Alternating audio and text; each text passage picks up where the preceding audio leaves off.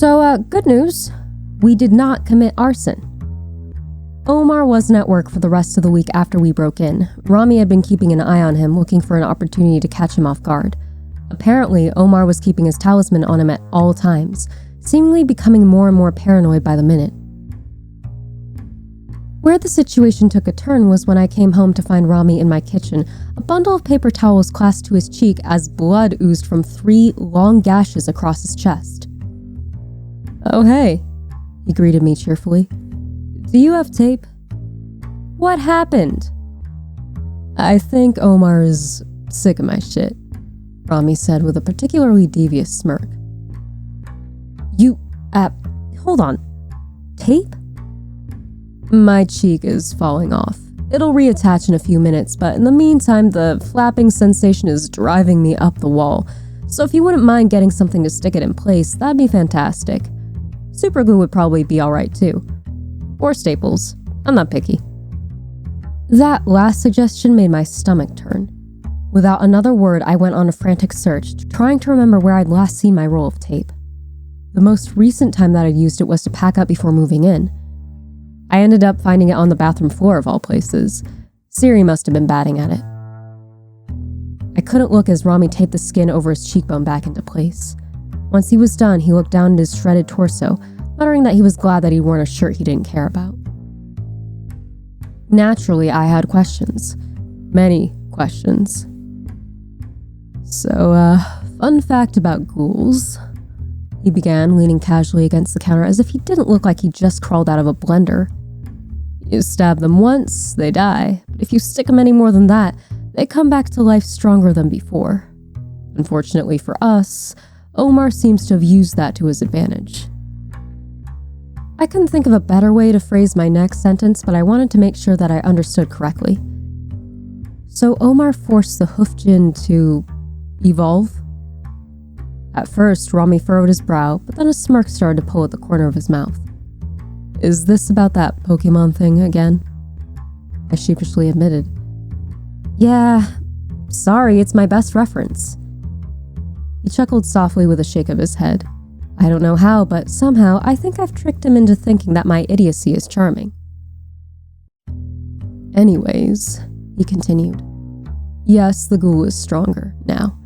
It's not going to be as easy to get rid of it." "You mean to kill it?" That made a chill settle in my chest. "Isn't there some way to free it?" "Sure. Kill Omar, steal his talisman, release it from servitude ourselves." Was that all? Easier said than done, especially since the hoof djinn apparently got an upgrade. I know that thing tried to eat me and seemed to hold a grudge about me having the audacity to defend myself, but when I saw it in Omar's house, it had been sapped of any cognizance. It was reduced to a marionette of flesh and bone. Nothing deserves that. Truthfully, I also couldn't stop thinking about if the same thing were to happen to Rami. The idea of everything that makes him being siphoned out simply to make him nothing more than a weapon. Was that what Omar's goal was? To use both djinn as weapons? Or was he planning to just stop with a hoofed one? My troubling thoughts must have shown on my face because Rami added, "We'll make it happen, alright? We'll only put it out of its misery as a last resort. Sound good?" I agreed. Without warning, he then ripped the tape off of his cheek. To my relief, it stayed in place, with only a jagged pink line left to indicate where the injury had been. Soon enough, even that would disappear. He ran a hand through his hair thoughtfully, frowning when he found a lock that was clumped together with blood. "It's on its way for round 2, so I'll try my best to incapacitate it. In the meantime, Omar will be unprotected." "Round 2? The now too familiar sensation of dread settled in my gut. I asked how he knew that the hoof djinn was coming. He'd gotten the ghoul to bite him and was using the same sixth sense that we had for each other to keep track of its whereabouts. "I'm guessing while you're dealing with the hoof djinn, you want me to, I trailed off, not wanting to finish that thought. Noticing my hesitation, Rami said, "You don't have to kill Omar. All I'm asking you to do is get in, cover up the wall, get out, and then you can leave the dirty work to me. All right?" I took a deep breath before stammering. I'd appreciate it if you could tell me in advance when you've got an evil scheme. You might be a walking Nokia, but I need some time to prepare myself before getting into this kind of shit. He snorted. First I'm a Pokemon, now I'm a cell phone. You give me the most romantic pet names, you know that? Rami. Okay. It was the last minute thing. The ghoul came at me, I saw an opportunity, and I took it. It's called thinking on your feet. I sighed. You're so... A playful glimmer appeared in his eye as he came forward to pull me into him. I'm so... What? You're a shithead is what you are, I replied, setting my hands on his shoulders. You're on a roll with these nicknames, he whispered before leaning in to trace his lips along my throat. Unable to think of anything even remotely intelligent to say, I lifted my chin up for him. Connie picked that moment to hop over, staring up at us, her little head tilting up and down as if we were confusing her. I stared back at her. She bleated. I don't know if it was from nerves or her impeccable timing, but I burst out laughing. Rami smiled down at her. Do you mind? She bleated again. I think that was a no. The moment was spoiled when Siri began to growl. Her back was arched, eyes slitted towards the door, her fur on end, ears back.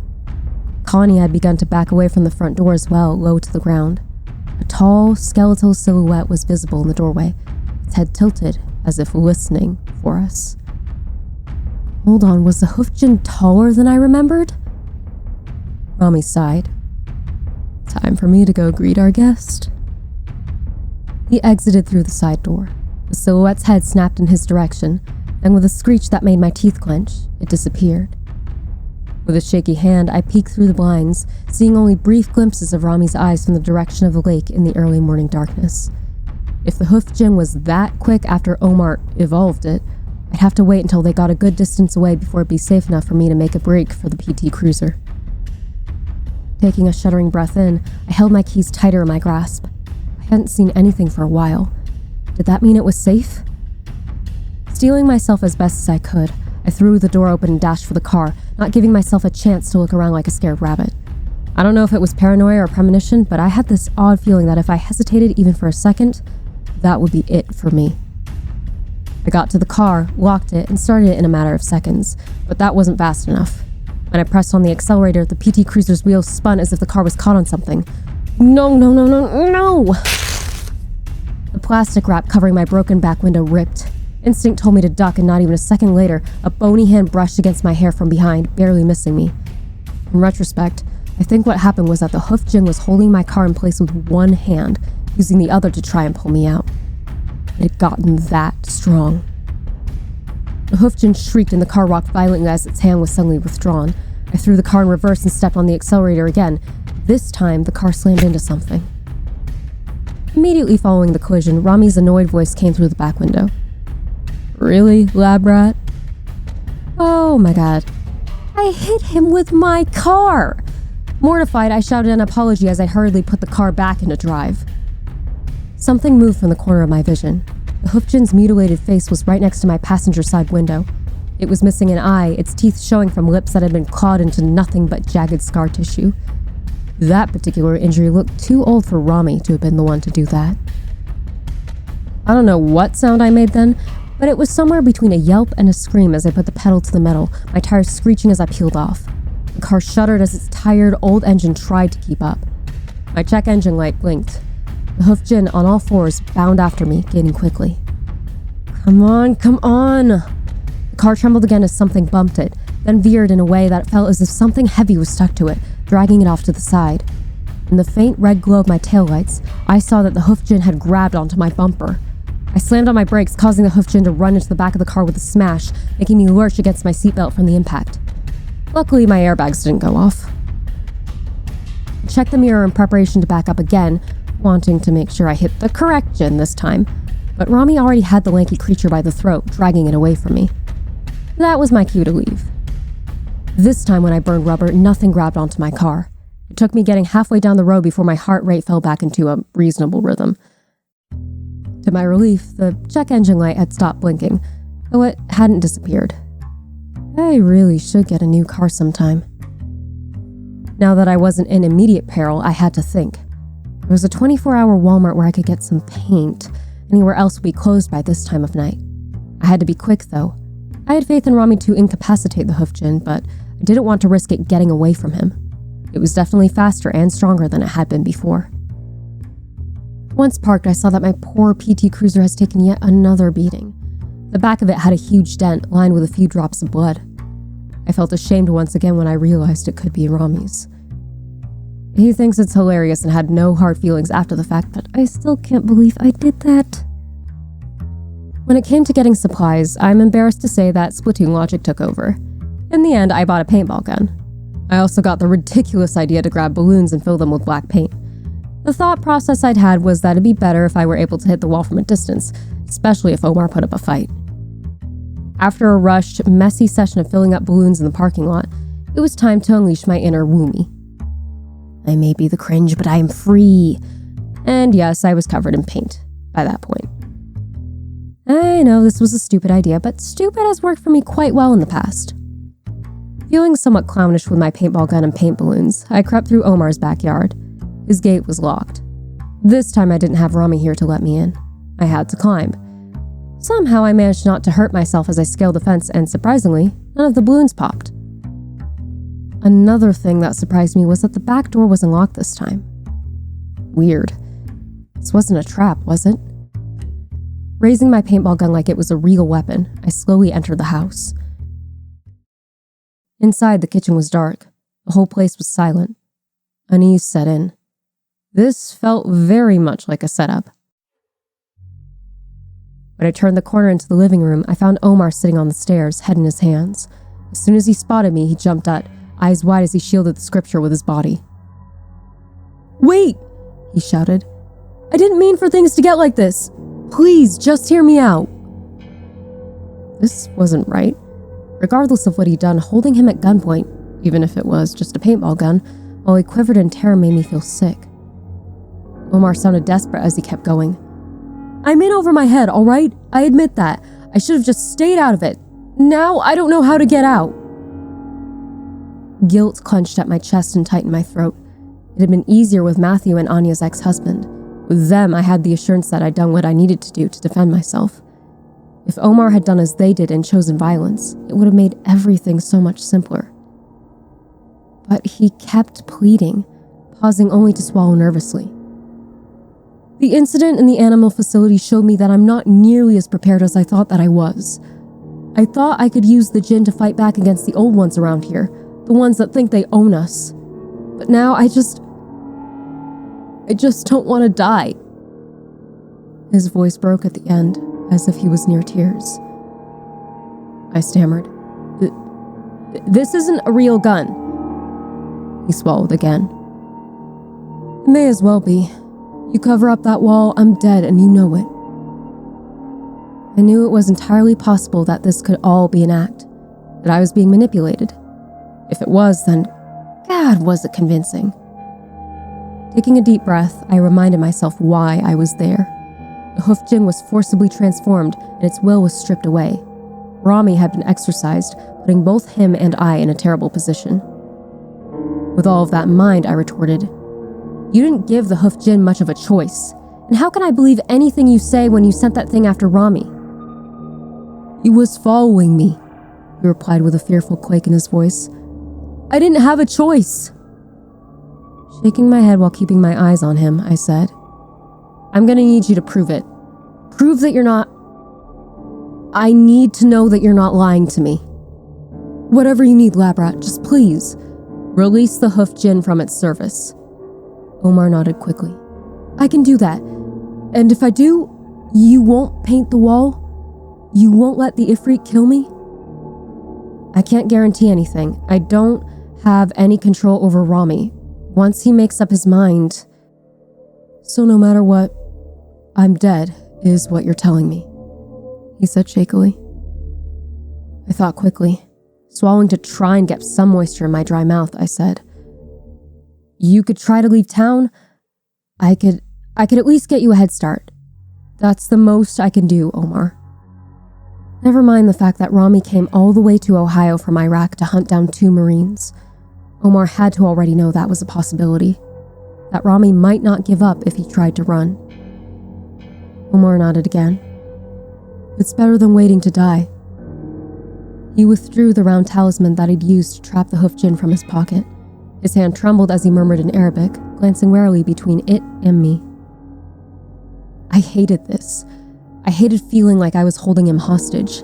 I hated making a man beg for his life. I hated having this much power over whether or not someone lived or died. It's done, Omar uttered. Now, can I go? I questioned. How do I know that you didn't just recite a tuna casserole recipe in Arabic instead of the incantation? Omar held the medallion towards me. Take the talisman. You're its new owner. If I'm lying, which I'm not, you'll be able to free it yourself. I wasn't sure if I was making the right decision. Even now I'm not sure. I just knew that right then that if I'd painted the wall as he pleaded for his life, it would have haunted me. You know, maybe I'm a coward for that. I don't know. When I reluctantly told him to go, he cried, thanking me. I couldn't look at him, the guilt of the situation eating me alive. Once I heard his car make a hasty exit out of the driveway, I set the talisman he gave me on the patio table, wanting to get it out of the house. After giving him 5 minutes to get some distance, I unloaded my paint arsenal on the scripture.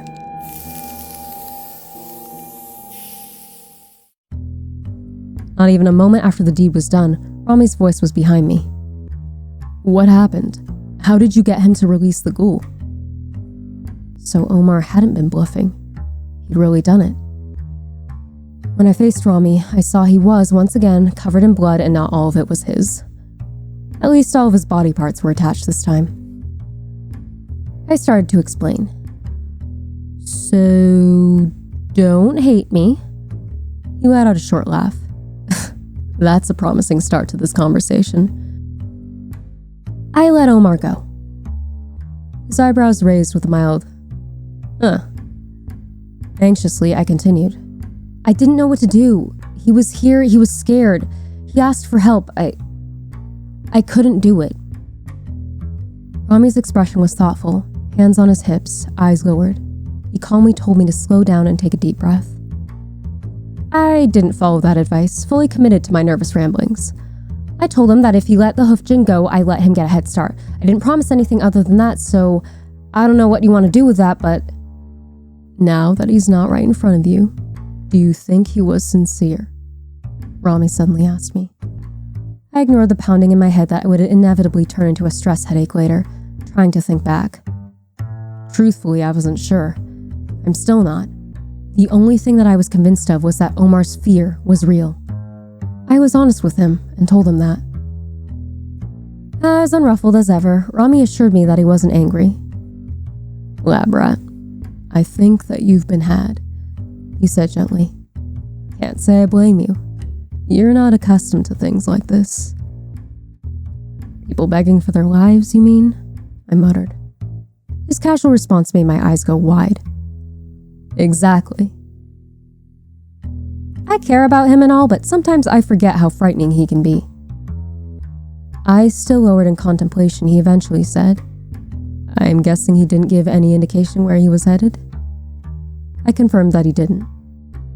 Once again, he still didn't appear to be angry, just slightly frustrated. All right, I guess Omar's getting away with it. For now. Something occurred to me then which I spoke aloud. Omar's going to spend the rest of his life looking over his shoulder for you. He has to leave everything behind. He isn't getting away with it. It's just a different type of penance than what you had in mind. Rami appeared to consider what I had said. After a moment, he gave me a small smile. If I didn't know any better, I'd think that you felt bad for him. I don't. Just thinking is all, I uttered. He informed me that the hoof djinn was still in my yard. Apparently, once it was released, it had simply stopped moving, collapsed to its knees, and examined the self-inflicted scars on its arms as if for the first time. He left ahead of me, wanting to make sure it wouldn't do anything reckless. When I arrived, I found that Rami had managed to get it to sit on my porch steps. Faintly, Siri's growls and hisses from inside were audible. The hoof djinn had its ridiculously long arms looped around its knees, crumpled into itself with its head down. It didn't look up when I approached. The poor creature looked like it had been crushed. I imagined that it must be similar to the way I'd felt after Matthew possessed me. The unmatchable violation of having control of your own body ripped away. I spent too long trying to figure out what to say. Asking it how it was doing would have been stupid. Asking if I could help it in some way would have sounded contrived. In the end, I decided it would probably be best to say nothing. Without raising its head, the hoof djinn finally spoke. I made a mistake. Rami's voice was gentle as he asked it. What do you mean? Participating in the human world. If I hadn't coveted. Its childlike voice suddenly quieted. I don't know if this helped, but I hope it did. I assured it. I don't know exactly what you're going through, but I know what it's like to have your autonomy stolen. It's horrible. You feel responsible for whatever your body did, even if you weren't the one doing it. Rami's hand comfortingly stroked my back as I spoke. I continued. Just know that you didn't deserve this. And if you feel anything like how I did, I also want to let you know that you'll feel like you again. In time. Your body will feel like yours again. It's hard to describe what happened afterwards. Previously, the hoof djinn had sometimes appeared to be made of wet cement, as its appearance changed rapidly. This time, its body was reduced to pulpy, porous texture as its flesh contorted. It gradually became smaller until it was similar to the size of a raccoon. The first things to emerge from the cement were hooves, followed by a cat's fuzzy gray head and a long tail. Once its metamorphosis was complete, the hoof djinn ran off towards the tree line. I glanced at Rami. He made no move to follow it. He simply patted my shoulder, announced he needed a shot, and led me inside. That was all a few days ago. We haven't seen any sign of the hoof djinn since. I hope that wherever it is, it's okay. Omar hasn't returned. There was a moving company at his house. I suppose he wouldn't want to take the chance of collecting his belongings himself.